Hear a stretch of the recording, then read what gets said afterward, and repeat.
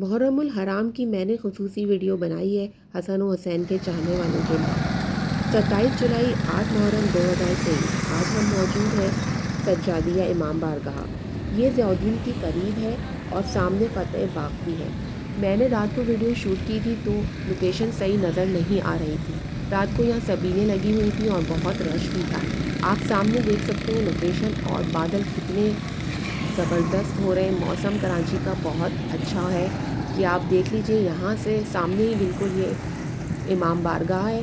रात को यहाँ बहुत रश होता है तो मैं दिन में आई हूँ और ये मुझे पहचान गए थे। मैं रात को आई थी, इन्होंने कहा आप अंदर जाके अच्छी तरह से वीडियो बना लीजिए, क्योंकि मैं 2-3 दफ़ा चक्कर लगा चुकी थी और वीडियो मुझे नहीं बनाने दी।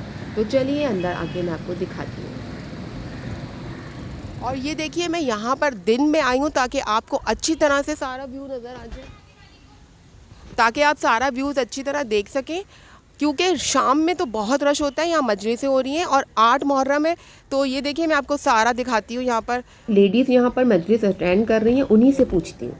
अच्छा, ये मस्जिद है, यहाँ पर नमाज़ पढ़ी जाती है। अच्छा, ये बता रहे हैं यहाँ मस्जिद है, नमाज़ पढ़ी जाती है। और ये देखिए, आप देख सकते होंगे यहाँ पर गाड़ियाँ भी पार्क हुई हुई हैं सामने। ये सारा व्यू मैं आपको दिखाती हूँ। मौला गाज़ियाबाद सलमदार का आलम है और उसके नीचे अल्लामा रशीद तराबी की कब्र मुबारक है, जिनके नाम से ये इलाका जाना जाता है।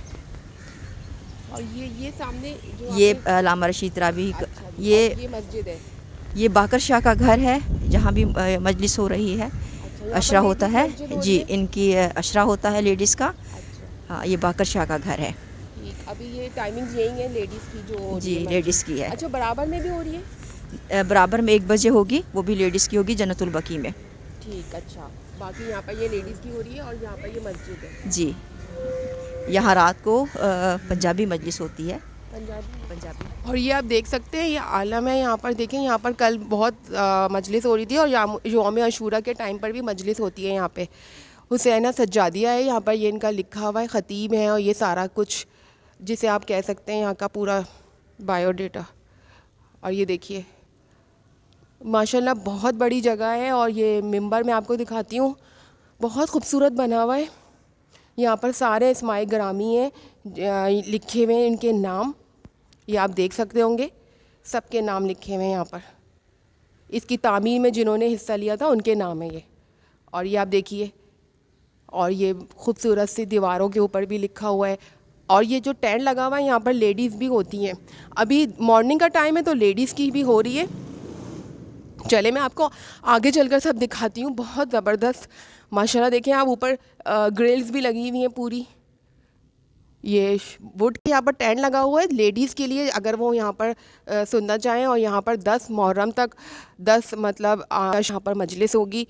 और मैं कल रात को भी बनाने आई थी वीडियो, लेकिन रश की वजह से मैं अंदर नहीं आ सकी, क्योंकि यहाँ पर सारे जेंट्स थे।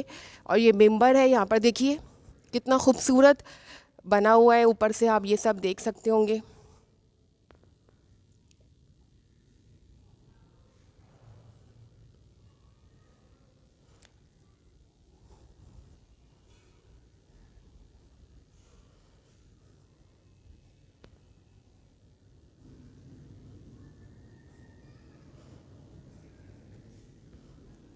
मैं आपको अंदर से भी चलकर दिखाती हूँ सारा।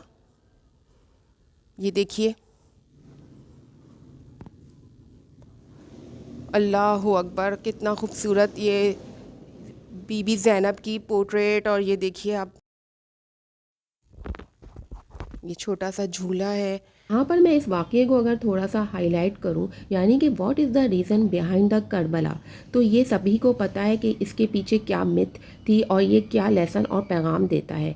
मतलब हमारे नबी पाक के जो नवासे थे, वो 3 दिन से भूखे और 72 घंटों से प्यासे थे और अकेले ही यजीद की फ़ौजों से लड़े। यहाँ पर हमारा हाल तो ये है कि हम गर्मी के 12 घंटे के रोज़े भी नहीं रख पाते। तो ये हमारे नबी पाक के फैमिली थी और उनकी औलादें थीं, और अपने नाना के दीन को परचम बुलंद रखने के लिए अजीम कुर्बानी दी गई। ज़ुबान पर शिकवा रंजो अलम लाया नहीं करते, नबी के नाम हुआ गम से घबराया नहीं करते। इमाम हुसैन वो शख्सियत हैं जिनकी पैदाइश के वक्त ही उनकी शहादत की खबर मशहूर कर दी गई थी। नबी पाक ने साहबा को पहले ही बता दिया था कि हसीन शहीद होंगे। बीबी फ़ातिमा अगर कहती कि आप इतना प्यार करते हैं अपने नवासे से तो उनके लिए दुआ करें और ये आफत टल जाए।